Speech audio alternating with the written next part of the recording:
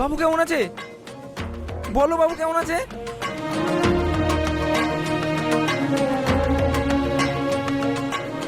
শাহিন কি সালমাকে বিয়ে করবে? এত বড় ডাক্তার হয়ে দেশে ফিরে কেন সে সালমাকে জানায়নি? শাহিন কি আজিজের অপারেশন করেছে? এইসব প্রশ্নের উত্তর জানতে চাইলে ভিডিওটিকে 1 সেকেন্ড স্কিপ না করে শেষ পর্যন্ত দেখবেন, আর চ্যানেলে নতুন হলে চ্যানেলটিকে সাবস্ক্রাইব করে দিবেন। তো বন্ধুরা, বেশি কথা না বাড়িয়ে চলো ভিডিওটিকে শুরু করি। তো প্রথম পর্বে আমরা দেখেছিলাম যে শাহিন গরিব ঘরের ছেলে এবং আজিজ এমএলএর ছেলে। এরপর আমরা দেখি যে আজিজের মা আজিজের বাবাকে বলে যে কালকে পরীক্ষা আর আজিজ এখনো বাড়ি ফেরেনি। তখন আজিজের বাবা বলে, ও নিয়ে তুমি চিন্তা করো না, ও সব আমি দেখে নেব।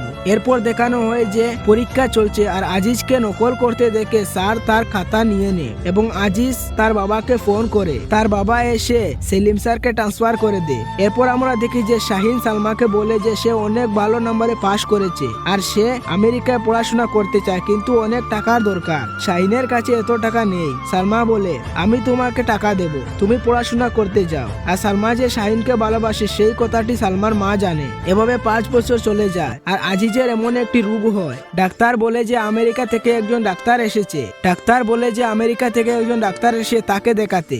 ডাক্তারবাবু একটি স্কুল মাস্টারের নাম্বার দিলেন, বলেন এনার সাথে কথা বলতে। এরপর তারা হাসপাতালে যায়। সালমা দেখে এই ডাক্তার আর কেউ না, সে হলো শাহিন। এখানে সেই স্কুল মাস্টারও ছিল।